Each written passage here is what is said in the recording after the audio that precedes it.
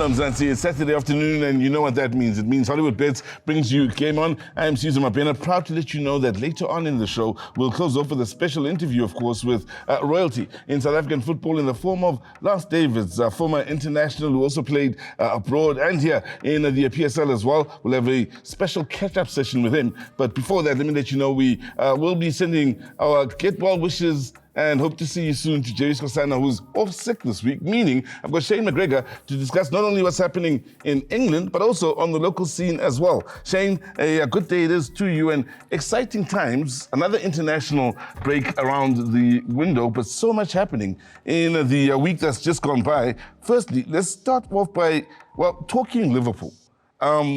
Crystal Palace, with their struggles, we knew it was going to be tough for them facing Liverpool, even though it was a home game for Crystal Palace. Liverpool win 1-0, but Liverpool have just hit the ground running. And I'm glad to say maybe, and I'm sure you are as well as a Liverpool fan, that they really have seen their new coach slot come in and slot in quite nicely, yeah?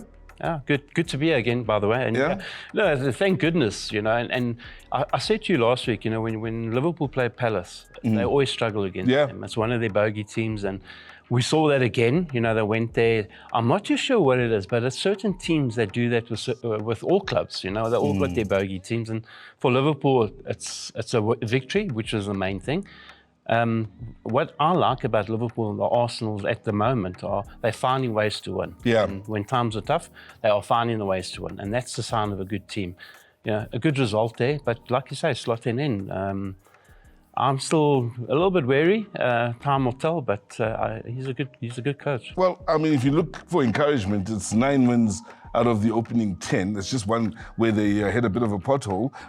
You've got players firing just about on all cylinders. Your entire front line now has found the back of the net, whether it's 2 goals or 1 goal, but everybody now, including Jota, is contributing from a scoring point of view. It's working quite nicely. Yeah, very nicely. You know, and that's the most important thing, is that the goals are coming from all over. Because once you rely on one player, if something happens to that player, you're in trouble. Like you say, various players that are scoring goals, and that's a very, very good thing and a good sign for Liverpool. Some of their players are being in very good form. Others have been, you know, they're in great form and then starting to wane off. But it's a good thing that a lot of players are scoring goals. Well, talk about scoring goals. Arsenal put Southampton to the sword, the 3-1 scoreline. Some would say comfortable looking at the scoreline. What did you make of the match? I thought it was comfortable for them, you know. And like I say, they found ways of beating teams. Southampton obviously struggling. I feel sorry for them. It's going to be a long season unless they start changing things around. But for Arsenal, just another game, another victory, another 3 points. Well done. We looked at the Fulham City game last week, and I believe you thought there could be an upset on the cards, maybe a draw on the cards. Turned out to be a 5-goal thriller, and Fulham put up quite a show in the 3-2 loss to City. Well, that's what I said to you. Those games are always difficult, especially Fulham. They've been playing well, and they gave as good as they got. Unfortunately, you know, the class of City pulled them through. People are saying, what's happening with City? I mentioned this a couple of weeks ago. A certain player, and one man doesn't make a team, but he makes a huge difference in the team, Rodri. Yeah. And that's been the biggest problem, is they're conceding goals because they haven't got him in there covering, they haven't got him firing on all cylinders, helping the defence.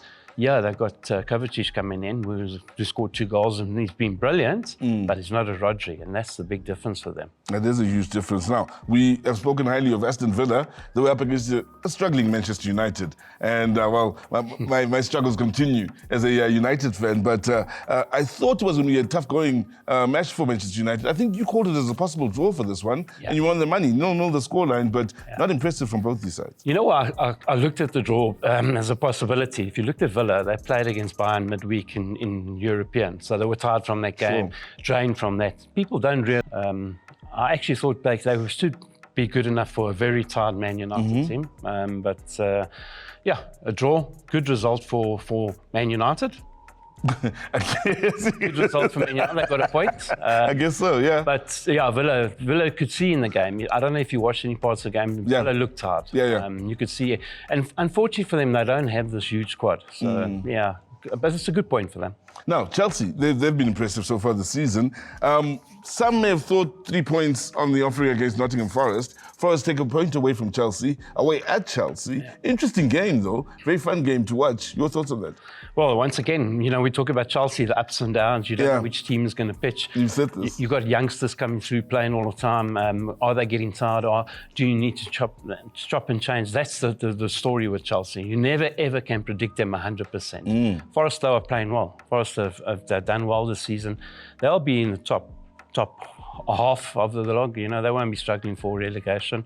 But I was disappointed with Chelsea, to be very honest with you. Brighton have earned the respect as a side that can play good football and one that can't be ignored. They beat Tottenham 3-2. Were you surprised at that result, firstly? And what do you make of it from a Tottenham point of view? I was surprised, I have to tell you. I thought Spurs will get something out of it, even if it was a draw. But once again, Spurs up and down. The 1 week they're brilliant, like they were the previous week, and then you come up against a Brighton team who are a good side, and you get beaten, very much up and down. They need to be more consistent. Those Spurs fans aren't going to be taking that for much longer.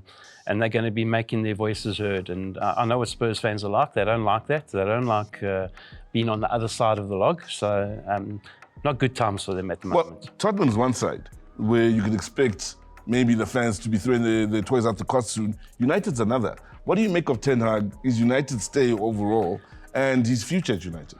Well, I was chatting to a friend of mine just yesterday, and I said, I love Ten Hag. I think he's a very good manager.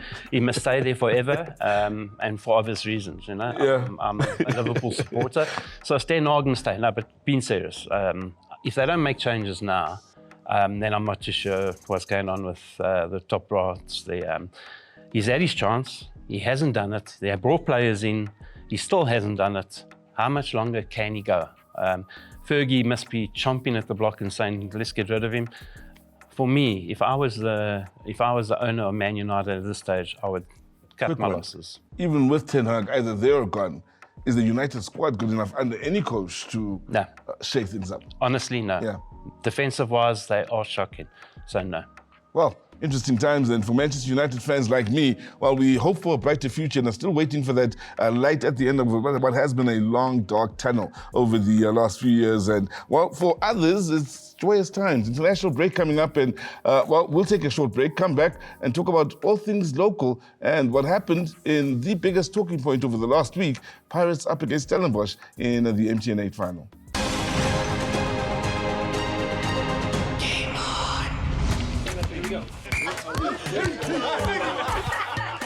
Check these guys.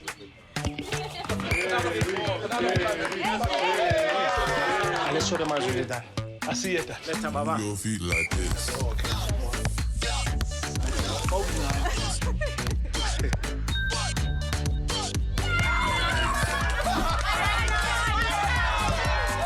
Let's see how you play. Your feet like this.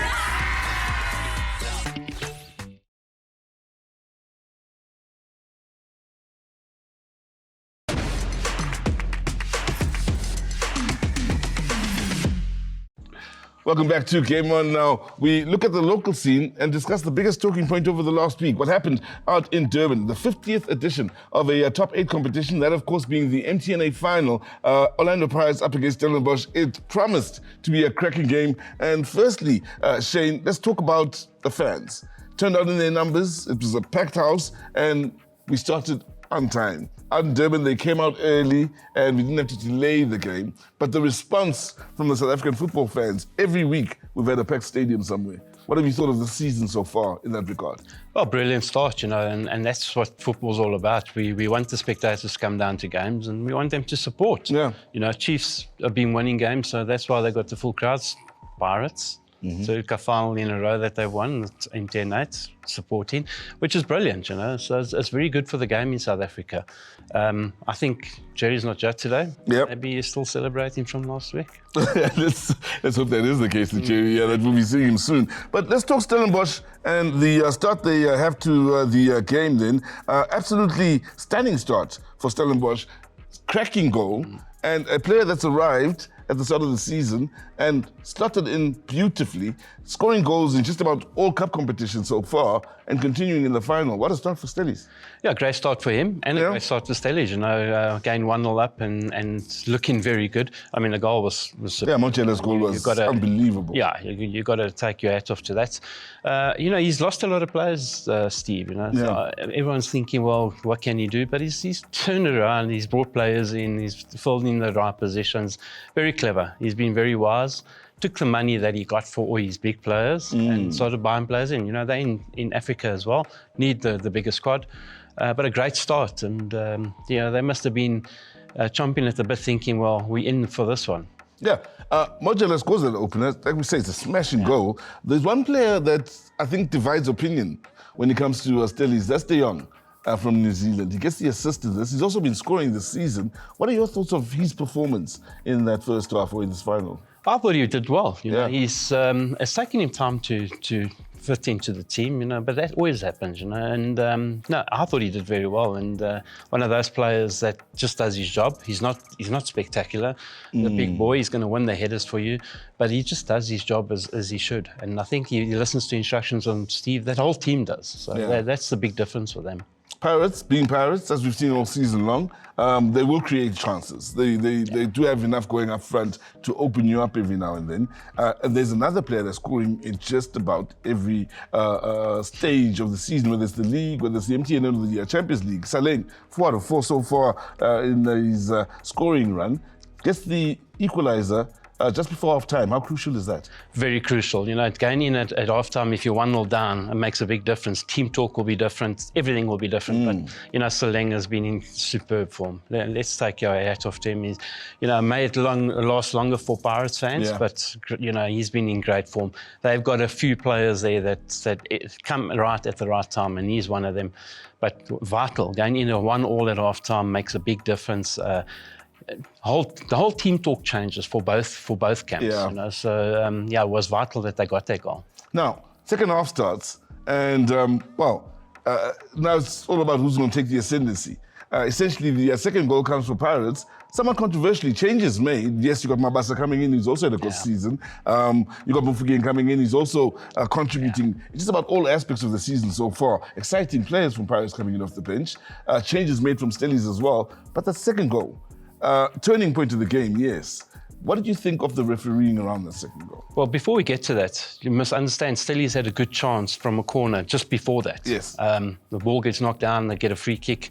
The less said about the refereeing there, the better. To be very honest with you, you win a free kick, the referee standing right where the free kick was, where it should have been taken. The player takes it 10 meters brilliant from Pirates. Very good thinking, very clever thinking. The quick set piece, nothing wrong there. But how does the referee not see that and stop it? 10 meters. If it was behind, I would say fine. He was standing exactly where the foul was taken, and you can actually see him standing there. And the free kick is taken 10 meters further forward. Shocking, absolutely shocking. We need to be looking at this. The sooner they get VAR, the better. I know VAR is expensive. That would have been stopped straight away. Whether, because he allowed the goal, they could have changed it. But that is a shocking decision. And that changed the whole game. Obviously, Pirates get the goal, boom, the heads go down. Stellies were really thinking extra time, we're going to go to penalties, boom, changes everything. But the worst decision I've ever seen. You've got to be looking as well. I was looking at it from my point of view. Remember what I told you before we left you last week off air? A draw, extra time penalties, cost me money. I only spent my 50 Rand. Sure. Out there are bigger punters that spend a huge amount of money. You're costing them money, you're costing Stellenbosch money. You're hurting the game as well. A coach can lose his job because of you're hurting the game as well. Yeah, shocking, absolutely shocking. Now, when you look at those changes that are made, the impact, yes, the goal is scored, and there's question marks all around how that goal was scored, the second goal, the turning point. But the players coming in, Mufugeng, the teenager, Mabasa, the striker who's making all the right moves over the last couple of years, they then score the second. Mufugeng, the creator, Mabasa, the scorer. The third goal, they switch roles. Exactly. Mabasa, the creator, Mufugeng, the scorer. Let's talk about the thinking from a coaching point of view from the Pirates coach. Okay? Very brave coach. Yeah. If you think about this now, leaving those two players out and only bringing them in at a later stage, very brave because those are two players, key players in your team and players that have been playing well. Very clever from him. He must have thinking, well, let's give them a break. Let's take the pressure off them. Don't put them under pressure straight away. Bring them on late, get the result. And that's what happened. You know, strange circumstances, but they did the job for him. Very good coaching point of view from me.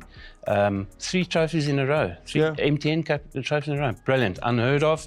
5 out of 5. Is he a cup coach only? Let's hope not. Well, they'll certainly be hoping it's not the case out of the Orlando Pirates. And we take our hats off to both Stellenbosch and Pirates for a great final and for all that turned out, of course, out in Durban for a great spectacle, in a great advert for South African football. We take a short break, come back and talk the beginnings of another cup competition, including an interesting interview.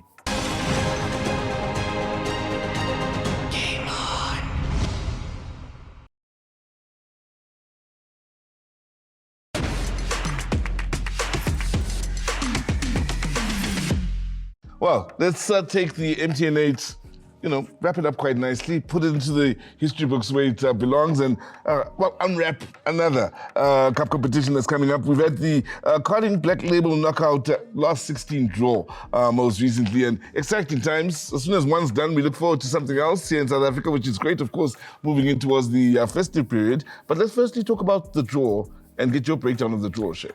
I've been watching draws over the years, and this is the best way to do a draw. Obviously, you got your seeded 8 and you got your unseeded 8. Funny enough, there's a big club that was in the unseeded 8. Makes things all the more interesting. Makes it even more interesting. I'm talking about Chiefs.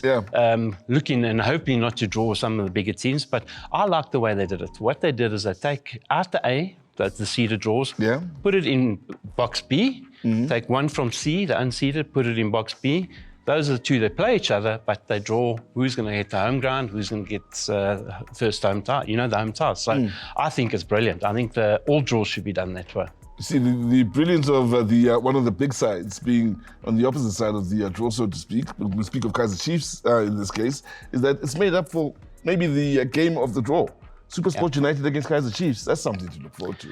Great game to look forward to. And the Chiefs guys will now really be tested. SuperSport are always one of those teams that give them a hard time. Gave Pirates a good test in the MTN. Exactly. So going into this, and Gavin would have more time to work with these players, looking at bringing 1 or 2 other players in. So you would have had more time. Going to be a difficult time for Chiefs. Another fixture that I thought was rather interesting, Mamelodi Sundowns, because it is Sundowns, yes, won. They want to improve in this cup competition. But Golden Arrows have had a rather interesting start to the season where for 2 weeks they were up there with the very best of them in as far as the league. Your thoughts on this fixture? Arrow's have been inconsistent this season for some reason, but I look at it, Sundowns have now got the opportunity to have a look at it and say, well, let's win this trophy. They always seem to struggle in MTN 8 for some reason. I think they'll be up to it in this game against Arrows and get the result there. Pirates up against Makesi, Amazulu against Stellenbosch. I ask you this to ask you, do you see maybe a big upset anywhere in this round? A great start for Magezi, they must be licking their lips. So they're going to get a crowd. That's number one. There's going to be a huge crowd. To upstage Pirates, who are the MTN champions, what a way to go. Do you need to motivate those players? That's motivation alone. But I think Pirates will be too good. Yeah. Amazulu, Stellenbosch, we have to talk Stellenbosch these days. They're up there with the heavy hitters. Well, and Amazulu got new coaches. Yeah. Got an ex-Chiefs legend coaching them there now. So joint coaches. I don't know what this joint coaches story is all about, all these clubs. But anyway, good luck to them. Stellies will get the job done again. I would wait a little bit of time for Amazulu to get used to the coaches. So for me, Stellies. Quick one now. We've seen an exciting response from the football-loving fans of South Africa to just about anything local so far, whether it's the Champions League, whether it's the league, the cup competitions. We're hoping it continues. The Carling Black Label Knockout will help us continue. It's been a great start to the season. Full stadiums, great games, great matchups, and so on. Yeah, I do think so. They're going to go all out to promote it. It will be promoted professionally, not that the others are. So I think the full crowds will be continuing, and long may grow on. I love it when you've got a crowd behind you and when you're watching games. Nothing better. Yeah, certainly has been the most exciting start to a season we've had in recent memory, and like Shane says, long may that continue.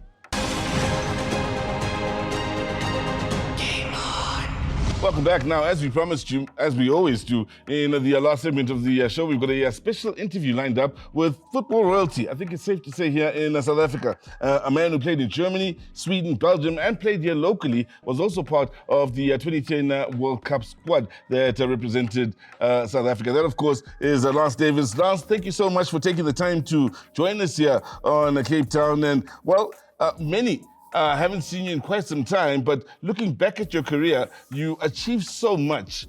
Looking back at your career yourself, how would you say you feel having played in various parts of Europe and also played here in South Africa and been part of the international setup for South Africa? Looking back, how do you feel about it all? Hi, Silvia. Thanks for having me on board on your show. Really going to enjoy it. First of all, yes, of course, it was been.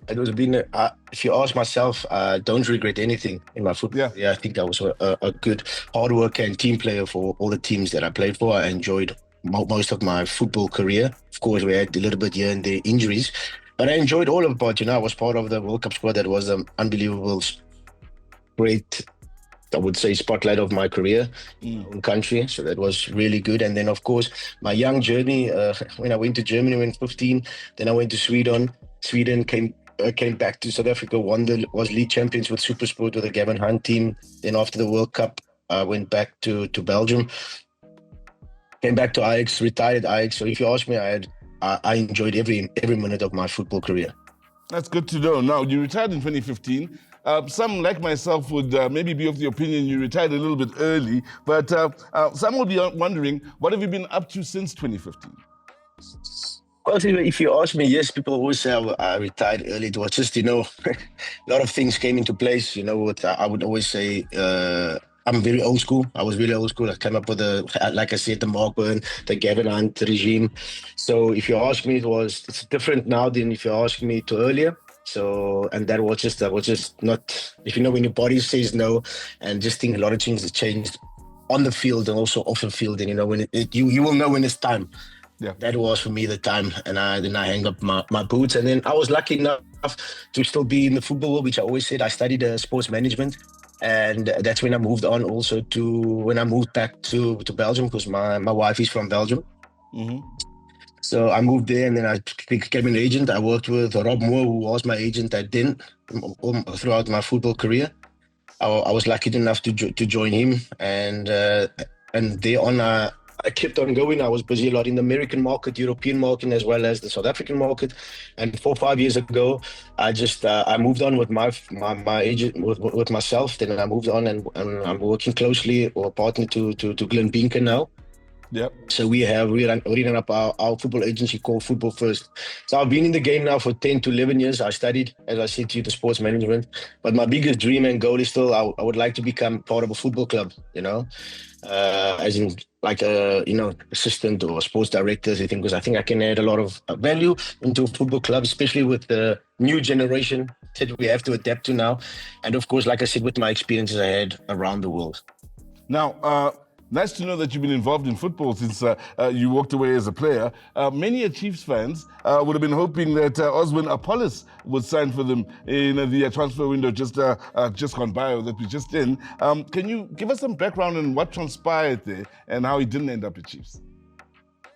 Well, I think I did this interview, I think a week ago. I spoke about it because everybody wanted to know. Oswin Apollos was in demand from the beginning. Everyone was talking to him after his Bafana matches. And as I said, Chiefs was pushing from the beginning. From the word go, I would say, when the window opened, they were interested in Apollos. And we just couldn't get the owner was couldn't get hold of him. He just went offline many times, couldn't get hold of him. Junior, Bobby was pushing. I just think at the end of the day Polokwane's owner wanted the money all up front. He wanted a one payment, and I didn't think that Kachis had the capacity to pay the amount that he wanted in a one-off payment. So if you ask me if the Chiefs fans or anyone that loves Chiefs, I'm sure the whole country loves Chiefs, but at that moment I just don't think they should be hard on the management, because they were trying to push as hard as they could. It's just that they didn't have the capacity or the financial strength to pay Polokwane's owner in a one-off payment. All right, Lance, thank you so much for your time. Also, thank you so much for your contribution to the beautifully South African game and to the game at large. And nice to see that you're still involved in the game. Hoping to see you grow in your years following your years as a footballer. Yeah, thanks so much for your time. Thanks so much, Ibe, and fantastic. And I'll see you soon. See you soon.